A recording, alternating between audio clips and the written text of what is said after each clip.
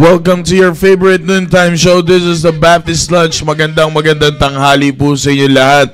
And of course, magandang tanghali sa lahat ng mga academy students na kung saan ay nandiyan dyan ngayon at nagwawala sa kanilang mga upuan.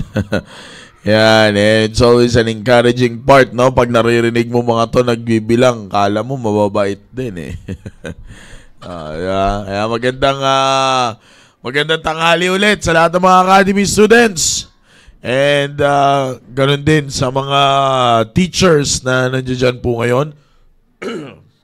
At sa lahat pa po ng mga full-time staff na nandiyan ngayon na tumutulong in preparation for what will happen today. At today is a big day.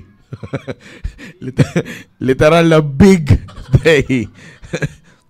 Alright, so again, magandang tanghali po sa inyo lahat. Alright, young people, Luzon, Visayas, Mindanao, magandang tanghali. And North, South, East, and West corner. A blessed Thursday afternoon to each and every one of you. And to all our viewers worldwide, magandang tanghali po sa inyo lahat. And it's good to be back. It's good to be here once again. And I would like to say to all young people at sana nasubaybayan ninyo dahil mahaba-haba ang naging programa natin patungkol sa bagay na ito.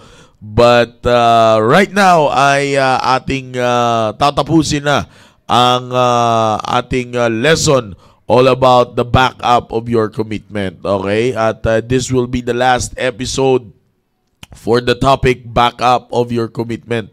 Dahil magandang pag-uusapan natin sa mga susunod, and ako'y naniniwala na meron tayong magandang pagpapalain tayo ng Panginoon sa mga susunod nating topic. So right now, ay dito natin tatapusin ang ating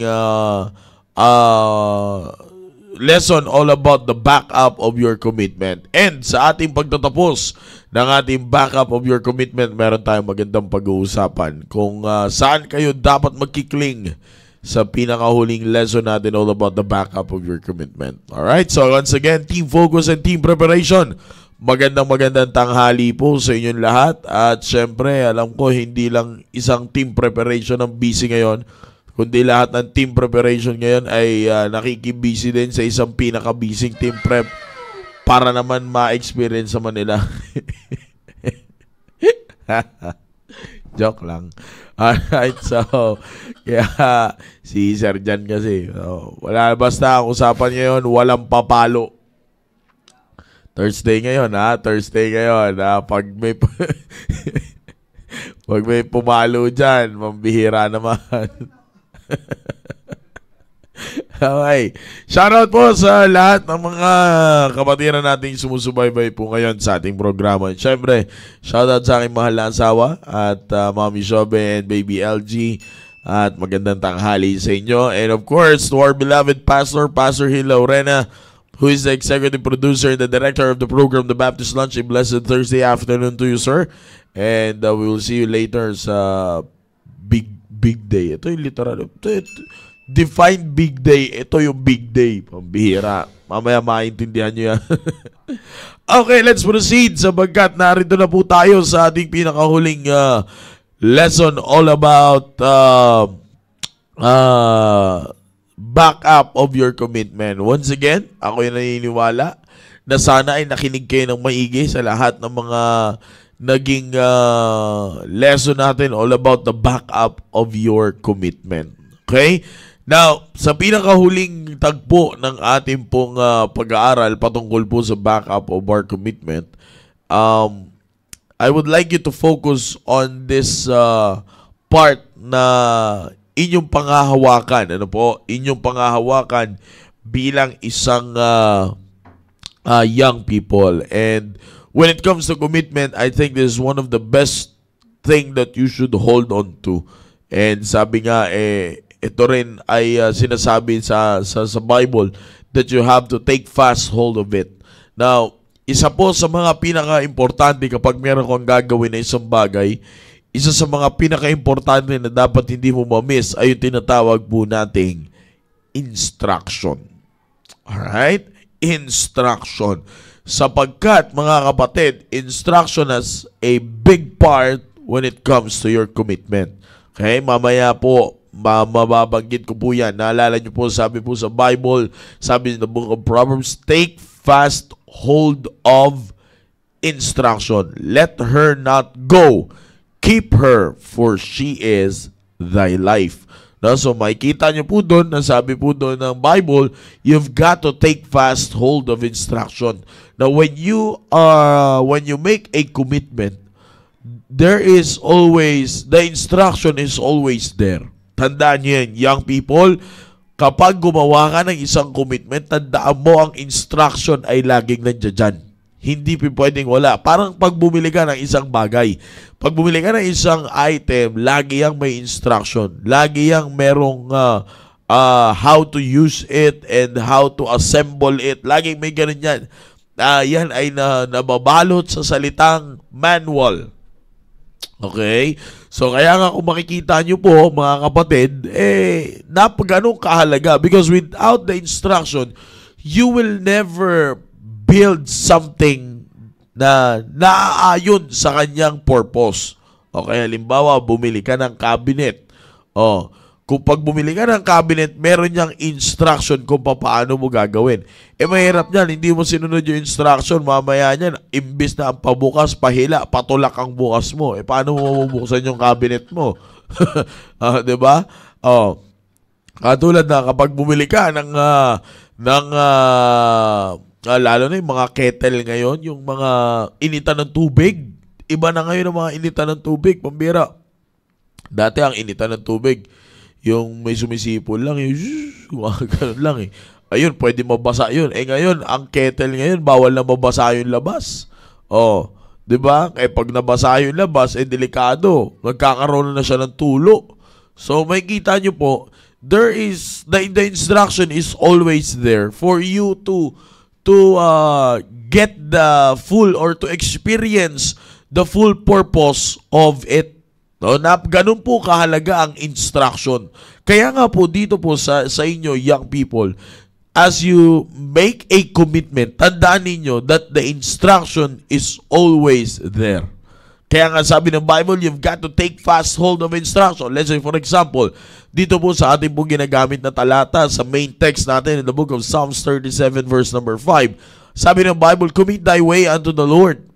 Okay? Now, as you commit your way unto the Lord, where's the instruction there? Trust also in Him and He shall bring it to pass. Okay? The instruction is you need to trust also in Him. When you commit your way unto the Lord, you've got to trust also in Him. Bakit? Because and He shall bring it to pass. If you really want to get the full experience or the full package of committing your way unto the Lord, you've got to trust also in Him.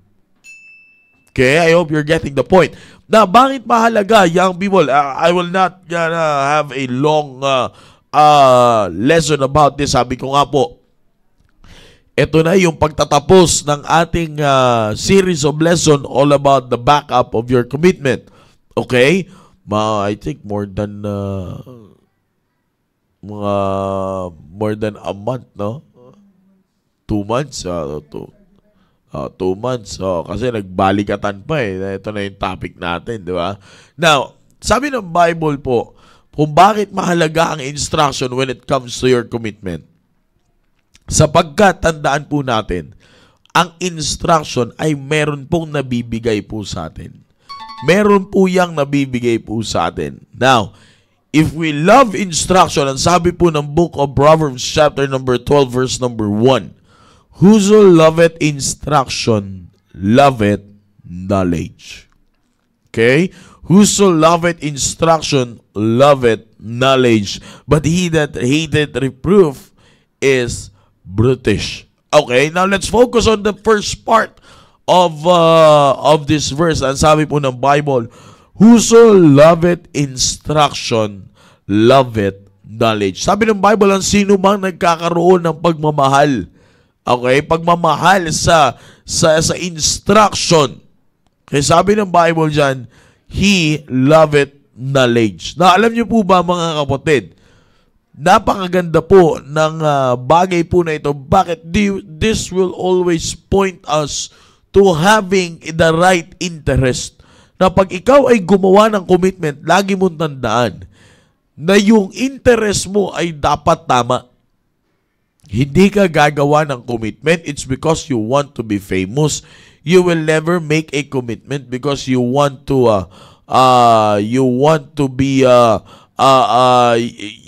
to outstand anyone, or you want to be somebody, or let's say for example you want to be the person na sasabihin mong sisikat ako dito kaya dapat gumawa ako ng commitment. No. Dapat meron kang right interest, because if we do not have a right interest, then we will become unpleasant in the sight of God. Yan po ang tatandaan po ninyo.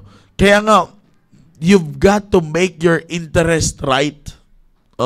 Halimbawa, nandiyan ka na sa commitment mo. Kasi kapag nandiyan ka na sa commitment mo, and you don't have right interest, makikita mo dyan, hindi ka magiging pleasant sa harap ng Diyos eh. Kumbaga parang you will do things and you will make things, okay, not pleasant in the sight of God. Ganun po yan mga kapatid. Kaya nga napakahalaga na makita ang instruction sa buhay ng isang taong may commitment. Kaya kayong mga young people na may commitment, alam nyo, mahirap. Ako saludo po ako, hindi naman po sa ako ay namimili ng tao, no po. Pero ako ay saludo sa mga etong nakaraan na gumagawa ng paraan para sila ay makapag-aral sa Bible School. Yung iba ay sinusuko nila yung kanilang pag-aaral sa college sa labas. What do I mean is that they will rather focus on studying in PSS kaysa sa pagsabayin pa nila, di ba? Alam niyo po, mga kapatid, that is what you call getting your interest right. Kasi kapag gumawa ka ng commitment, sabi ko nga po sa inyo, kailangan may right interest ka. Dahil kapag gumawa ka ng commitment without any right interest, mamamali mo ang purpose. If your interest is not right, then your purpose is not right. But if your interest is right, then your purpose is right. Yan ang tatandaan nyo po pag kayo ay gumawa ng commitment. Napakahalaga po yan mga kapatid. Kaya nga sabi dito, ang isang tao, bakit napakahalaga po ito? Because ang isang tao nagmamahal sa instruction, nagmamahal siya sa knowledge. Ibig sabihin, gusto niya lagi yung meron siyang natututunan. No? Alam niyo po, pag ikaw ay gumawa ng commitment, ito yung lagi kong sinasabi. Kapag ikaw ay gumawa ng commitment, hanapin mo lagi yung isang bagay na magfa-fire up ka sa commitment mo. Huwag kang gagawa ng isang bagay na ikakalamig mo sa commitment mo. Tandaan niyo yung young people. Kung bakit maraming young people ang mabilis mag-give up when it comes to their commitment, it's just a small thing. They will rather compromise their commitment rather than keeping their commitment. Na kung bakit maraming young people ang nangyayari po patungkol po sa bagay na yan, ang dumarating sa punto ng bagay na yan, sa kadahilanan, they don't have any knowledge na when it comes to their commitment. Now, one of the most important things when you make a commitment, you've got to have knowledge. Bakit? It's because knowledge will sustain you in your commitment. Bakit ko po sinabing knowledge will sustain you? Sapagkat just try to imagine, brethren, di ba? Pag meron kang alam patungkol sa isang bagay, gaganahan ka gawin na isang bagay. Make sense, young people? Kaya nga, di ba, grabe ang gana ninyo when it comes to the gadget eh. Grabe, ganun na lang yung mga bagay na pag ito, kailangan ganito, kailangan ganito, kailangan ganyan. Grabe ang alam mo pagdating sa gadget. Bakit? May alam ka patungkol sa bagay na ito eh. Pero kapag wala kang alam patungkol sa isang bagay, di ba, andali mo lang isang tabi. Di ba? Andali mo lang isang tabi kapag wala kang alam patungkol sa isang bagay. Kaya nga, mapapansin nyo, mga kapatid, that when it comes to commitment, pag ikaw ay may commitment at may alam ka sa isang bagay, gaganahan ka gawin ang isang bagay. Di ba? Gaganahan ka gawin ang isang bagay. Ngayon, alam nyo po kung bakit gaganahan kayo pagdating sa commitment mo? Kasi meron kang knowledge about your commitment. Alam mo kung bakit ka gumawa ng commitment. Alam mo kung sino ang subject ng iyong commitment. Alam mo ang purpose kung bakit ka gumawa ng commitment. Bakit? Anong backup mo? The instruction. The instruction towards your commitment. At kapag nakatanggap ka ng instruction towards your commitment, ano ang meron ka? You will have the knowledge towards your commitment.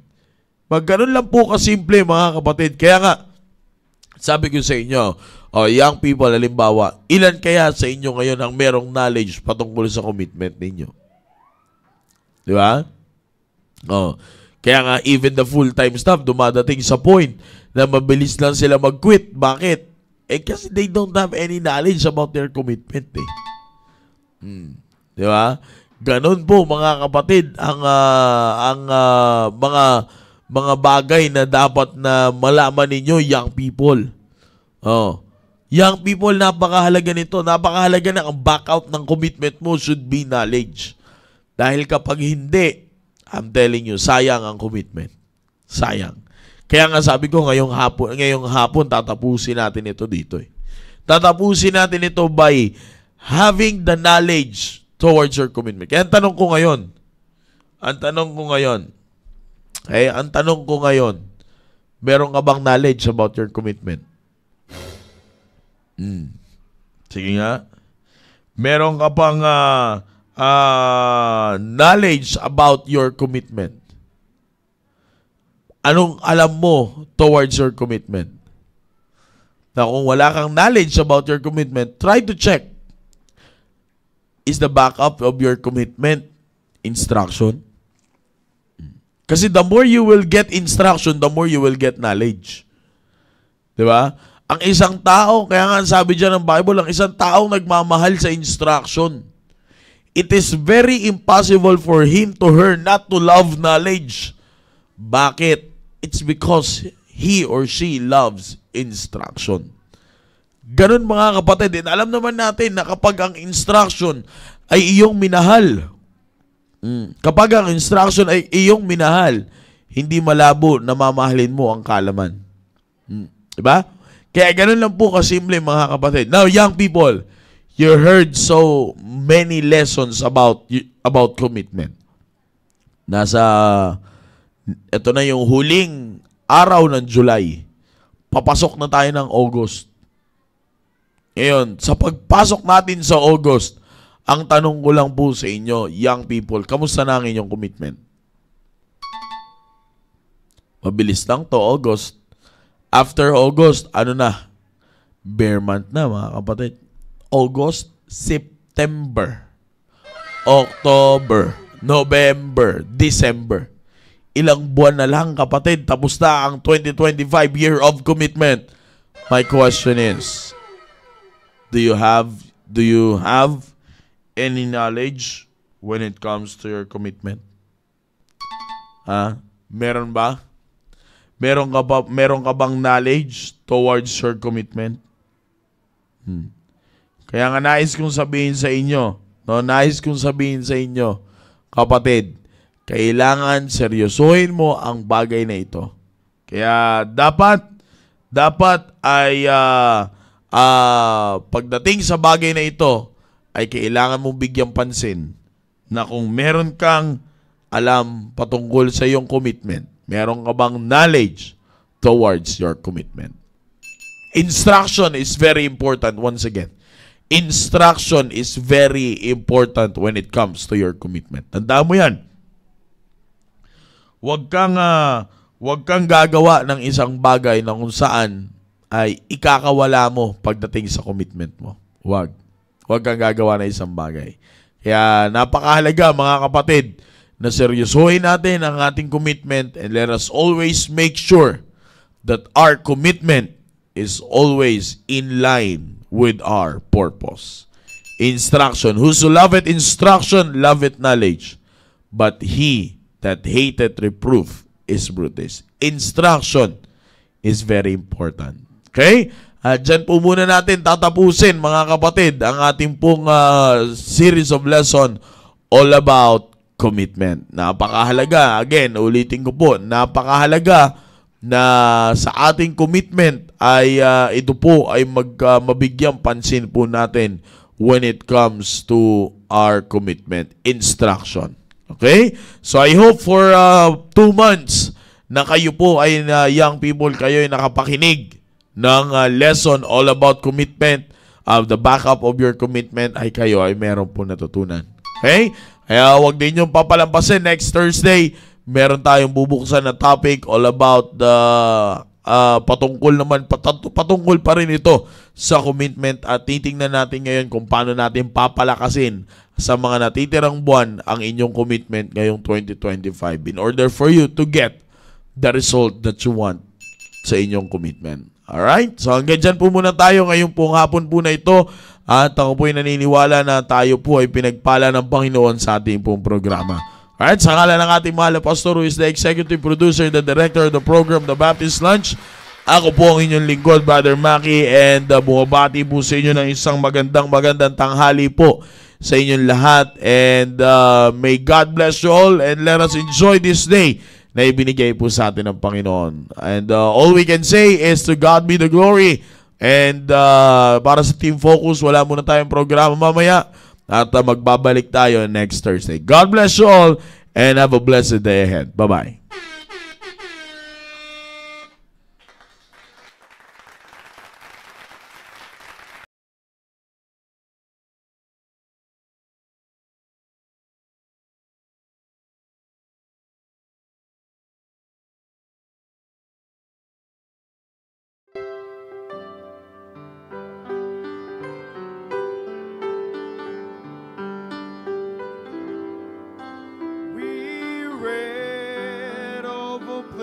That's called heaven. It's made for the pure and the free. These truths in God's word He had given. How beautiful heaven must be.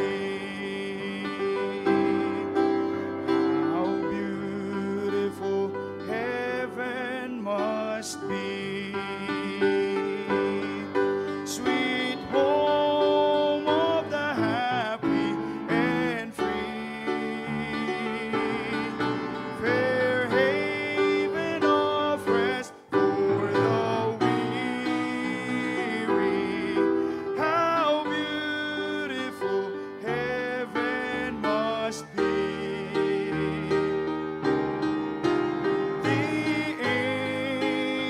So sweetly are singing.